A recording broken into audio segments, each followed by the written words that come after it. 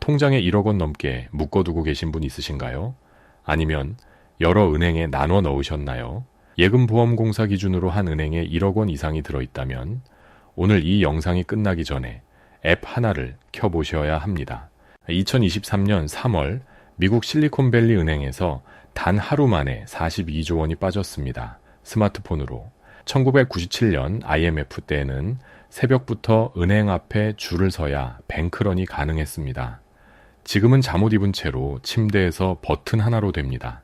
속도가 완전히 달라진 겁니다. 한국도 이 변화에서 자유롭지 않습니다. 2026년 1월 한국은행이 조용히 새로운 카드를 꺼냈습니다. 이름은 대출채권담보 긴급여신 지원체계. 대부분의 사람이 뉴스에서 그냥 지나쳤을 이 제도가 사실 디지털 뱅크런 대비용으로 설계된 겁니다. 오늘 이 영상을 끝까지 보시면 예금보험공사 앱에서 내 예금을 직접 조회하는 방법, 어떤 은행이 상대적으로 건전한지 확인하는 지표 3가지, 그리고 1억 원 한도 안에 숨어있는 진짜 함정까지 드리겠습니다. 2023년 3월 8일 밤 미국 실리콘밸리 은행 CEO가 주주들에게 편지를 보냈습니다. 내용은 간단했습니다. 국채와 주택 저당 채권을 팔았는데 18억 달러 손실이 났다는 것이었습니다. 18억 달러는 우리 돈으로 약 2조 4천억 원입니다. 한강변 고급 아파트 수천 채 가격이 하루아침에 날아간 셈입니다. 이 편지 하나가 도화선이 됐습니다. 실리콘밸리 스타트업에 투자하는 벤처 캐피털들이 단체 채팅방에서 메시지를 날렸습니다. 지금 당장 SVB에서 돈 빼세요. 다음 날 3월 9일 스마트폰을 든 수만 명이 동시에 인출 버튼을 누르기 시작했습니다. 그날 하루 인출된 금액이 420억 달러, 우리 돈으로 약 56조 원이었습니다. 서울 강남 아파트 수만 채를 현금으로 하루 만에 꺼낸 것과 같은 규모입니다. 단 8시간 안에 벌어진 일이었습니다. 열흘 뒤 SVB의 예금 90% 이상이 빠져나갔습니다. 설립 40년이 된 은행이 48시간 만에 무너졌습니다. 1930년대 대공황 이후 없었던 속도였습니다. 1997년 IMF 때 한국 사람들이 은행 앞에 줄을 서던 모습 기억하시나요? 그때는 사람이 직접 가야 했기 때문에 하루 인출 속도에 물리적인 한계가 있었습니다. 지금은 다릅니다. 소문이 단체 채팅방으로 퍼지고 내가 신발을 신기도 전에 이미 수만 명이 동시에 버튼을 누른 상태입니다. 이게 디지털 뱅크런입니다. 계단이 아니라 미끄럼틀입니다. 그렇다면 한국은 어떨까요? 멀리 볼 것도 없습니다. 2025년 1월부터 7월까지 7개월 동안 국내 은행 19곳에서 중도 해지된 예금과 적금이 71.4조 원이었습니다. 정기예금 중도 해지만 64조 원, 적금 중도 해지가 10조 원입니다. 내수 침체가 길어지면서 생계를 위해 저금을 깬 사람들이 그만큼 많았다는 뜻입니다. 자영업자 대출은 2023년에 처음으로 1,000조 원을 넘어섰고 2025년 3분기에는 1,072조 원까지 늘었습니다. 소득의 3.4배를 빚으로 갖고 있는 겁니다. 연체율은 1.76%로 장기 평균인 1.41%를 이미 웃돌고 있습니다. 이 수치들이 지금 당장 위기를 뜻하는 건 아닙니다. 하지만 은행 입장에서 보면 예금은 줄고 부실 대출은 늘고 있다는 신호입니다. 이런 상황이 맞물릴 때 어느 순간 불안 심리가 촉발되면 디지털 뱅크런은 예상보다 훨씬 빠르게 번질 수 있습니다. 2011년 한국에서도 이미 한 번 있었습니다.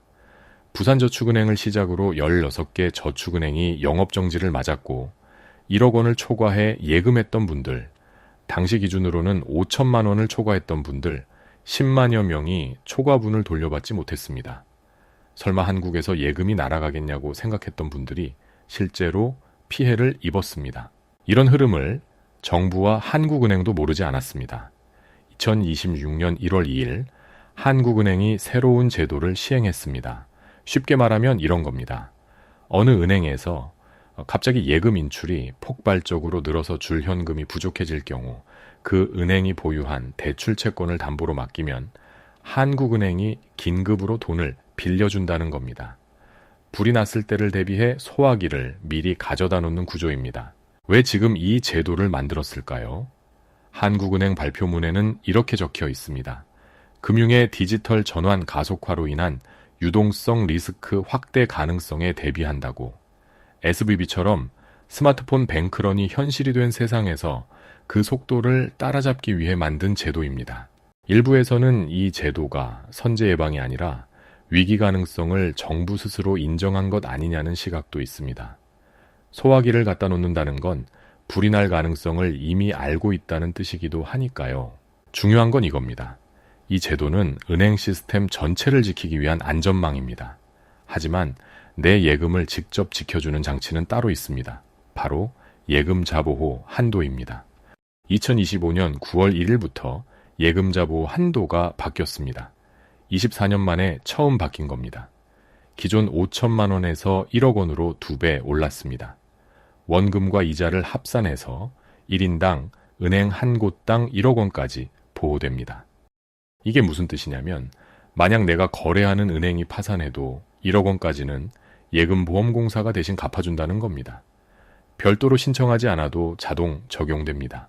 그런데 여기에 반드시 알아야 할 함정이 몇 가지 있습니다. 첫째, 1억 원은 은행 한 곳 기준입니다. A은행에 1억 원, B은행에 1억 원이면 두 곳 모두 각각 보호됩니다. 하지만 A은행에만 2억 원을 넣어두면 1억 원 초과분은 보호받지 못합니다. 전세 보증금 같은 목돈을 한 곳에 다 넣어두셨다면 지금 바로 확인이 필요합니다. 둘째, 은행과 저축은행은 별도로 계산합니다. A은행 1억 원, A저축은행 1억 원은 각각 보호됩니다. 같은 금융그룹이어도 법인이 다르면 별도 한도가 적용됩니다. 셋째, 파생상품과 펀드는 보호 대상이 아닙니다. 예금, 적금, 주택, 청약, 저축처럼 원금을 보장하는 상품만 해당됩니다. ELS나 ETF, 주식은 이 보호 밖에 있습니다. 은행 창구에서 가입한 상품이라도 예금이 아니면 보호가 안 됩니다. 넷째, 부부가 공동명의로 계좌를 갖고 있는 경우입니다. 공동계좌는 각자의 지분 비율에 따라 각자의 한도에 합산됩니다. 예를 들어 공동계좌에 2억 원이 있고 지분이 5대5라면 남편 목 1억 원은 남편 한도에, 아내 목 1억 원은 아내 한도에 각각 포함됩니다. 부부 합산 2억 원이 한꺼번에 보호받는 게 아니라는 뜻입니다. 예금보험공사 앱에 들어가면 내 보호 현황을 직접 조회할 수 있습니다. 앱 이름이 예금보험공사입니다. 거기서 은행별로 내 예금이 한도 안에 들어있는지 직접 확인이 됩니다. 영상 끝에서 더 자세히 안내해 드리겠습니다. 예금자 보호를 알고 분산까지 해뒀다면 이제 한 단계 더 나아가 봅니다. 어떤 은행이 상대적으로 건전한지 직접 확인하는 법입니다. 한국은 모든 은행의 건전성 지표를 공개합니다. 3가지만 알면 됩니다. 첫 번째는 BIS 비율입니다. 은행이 가진 자기 자본을 빌려준 돈과 비교한 비율입니다.